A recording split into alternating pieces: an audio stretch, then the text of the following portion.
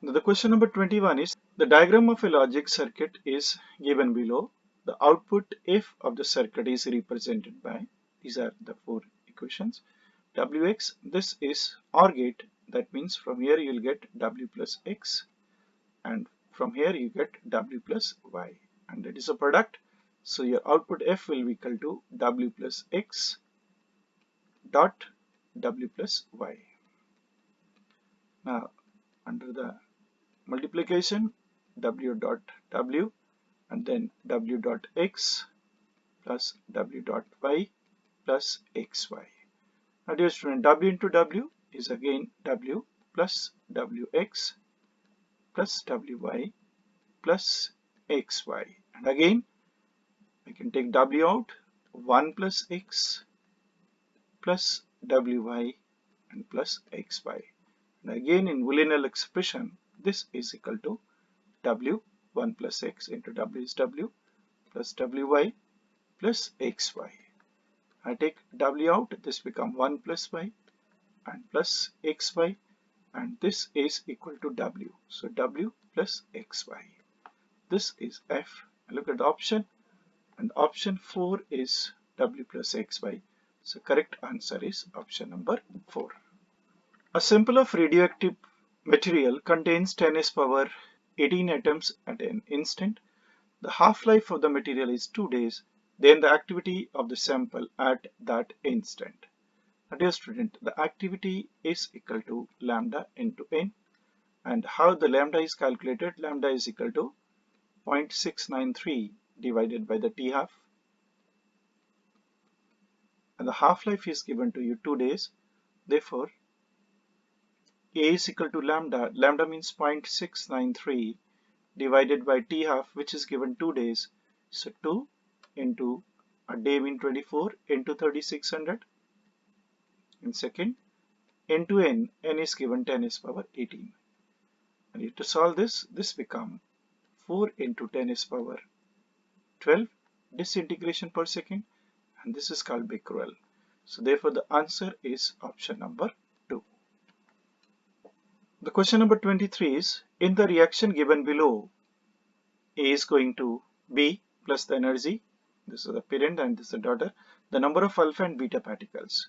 Now see, to first of all we have to calculate number of alpha particle. As this A decay to B, and you find that there is the decrease of mass number by 12, and that occurs only in alpha decay. So number of alpha particles, if you want to find out, is equal to 222 minus 210 divided by the 4, so you get 12 by 4, this is 3.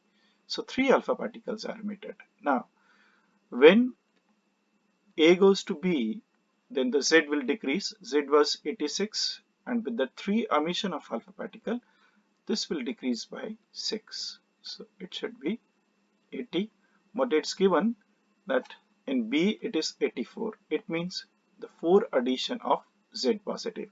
That is when the 4 electrons are emitted, and therefore 4 beta particles are emitted. So your answer is 3 alpha particles and 4 beta particles. Answer is 2. The question number 24 is the energy spectrum of beta particle intensity versus energy emitted from a radioactive sample. Now dear student, from beta emission we know that whenever the beta emission occurs, another particle in addition to this beta antineutrino is generated, and that carries a rest of the energy. So energy is not constant in this case, and likewise for antineutrino also the energy graph is like this one. So both in combined carries energy, therefore the energy graph is a continuous spectrum, and that answer is the 4th one. So answer to this question is option number 4.